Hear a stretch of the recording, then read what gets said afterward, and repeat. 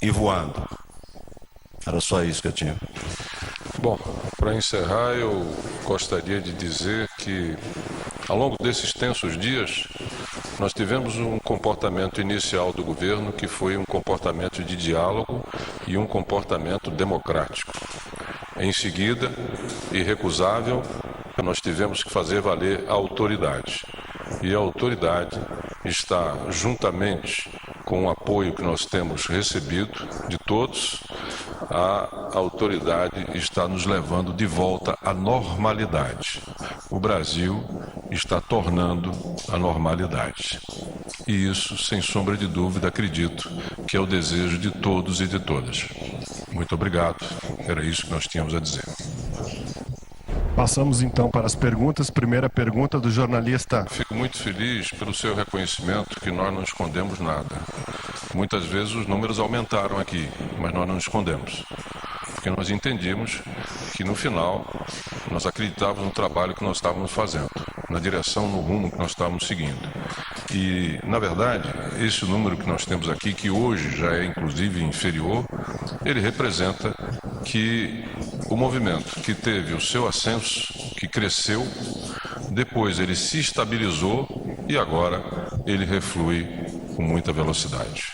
E reflui porque, de fato, ficou claro não só para nós, mas para a sociedade, e eu acho que a imprensa foi decisiva, foi fundamental, em demonstrar que a pauta dos caminhoneiros estava atendida e que o movimento começava a ser infiltrado por aqueles que queriam dar um direcionamento político. E esse direcionamento político, ele evidentemente que atingia todos nós e atingia a própria democracia.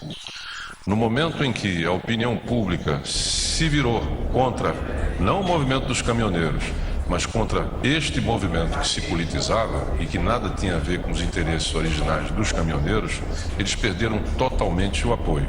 Em seguida, a coordenação progressiva de todas as forças, tanto a nível federal como também a nível estadual, possibilitou que se liberassem os canais de acesso, que os portos, que os aeroportos, eles fossem abastecidos e que progressivamente ficasse claro e evidente que não havia mais tolerância, sobretudo com as ações de violência.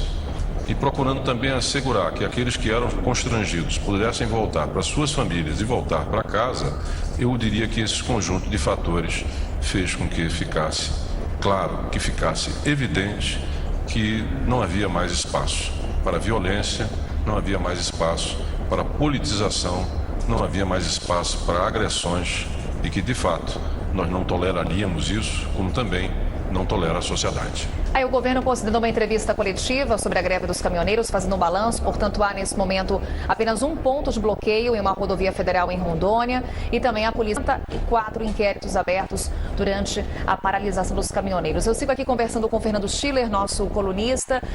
Professor, vamos só concluir o assunto que a gente estava anteriormente, falando sobre a ministra Carmen Lúcia, que hoje abriu a sessão falando sobre democracia, que é algo essencial, principalmente nesse momento delicado que a gente vive.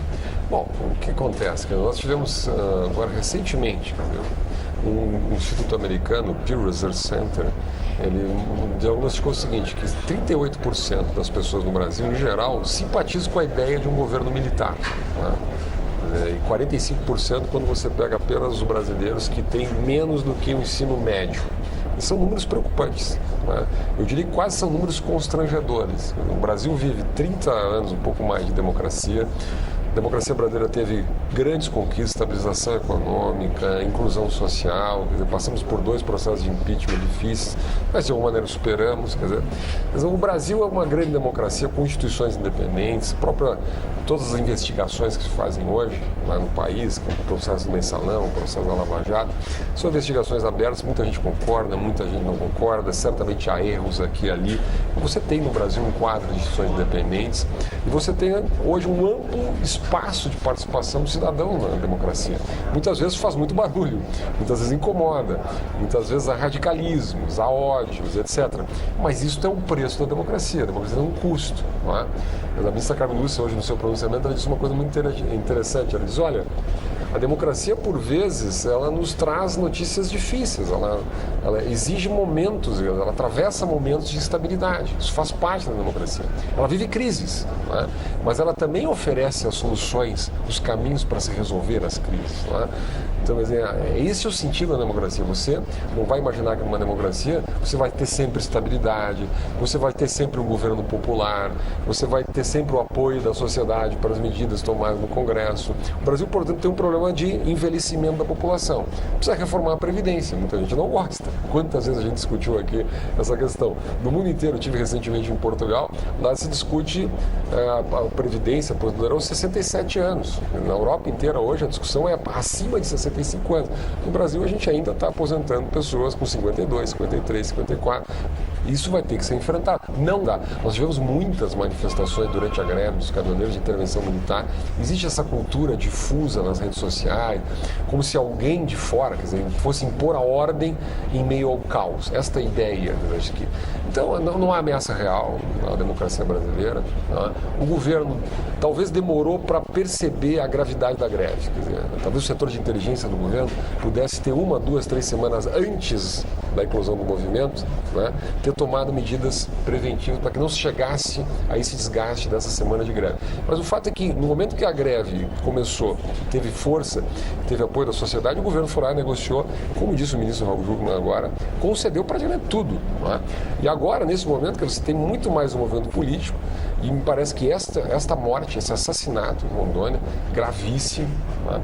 Ele marca o fim melancólico deste movimento. Quer dizer, exatamente a marca de um movimento que durou demais, que não soube o momento, né? Não soube entender o momento, né? Da sua própria vitória e da necessidade de volta ao trabalho, de desmobilização.